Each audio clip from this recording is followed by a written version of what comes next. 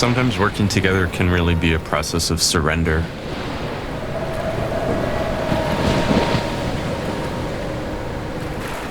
It can be an exercise in letting go of your pride, because you have to just surrender that idea of this is mine, this is me, and change it over to this is ours and this is us. Through working together is really how our relationship grew, and that's been the case since the very beginning. It's a way of building trust. The work is very much a part of our daily lives. We make it in our house, whatever our house happens to be at that time. We convert a room in a house into a studio for a couple of hours or a couple of days. We've arranged our lives in a way that gives us the time to work on these projects. Edgar is somebody who's grounded in the world around him, in the world of objects. That's how he thinks, that's how he works.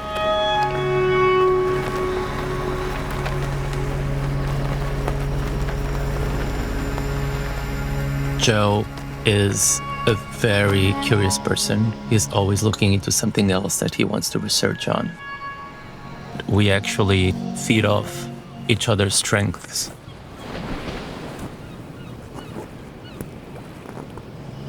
The project really started as a project about textile, and you don't really have to have a justification for what you're interested by.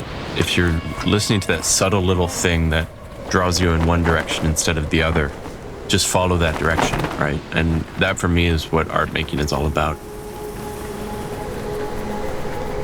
The thing about the flags is that they're unpredictable. They only come alive when they interact with the natural world around them. You never really know what you're going to get.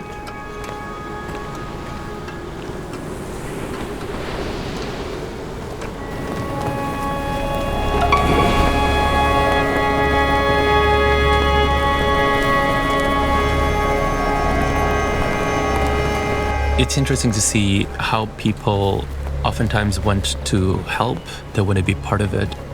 They understand this language of labor that we have, and they want to partake. I think there's a lot of people out there for which words are also not the best way of communicating, so they find comfort in working with their hands.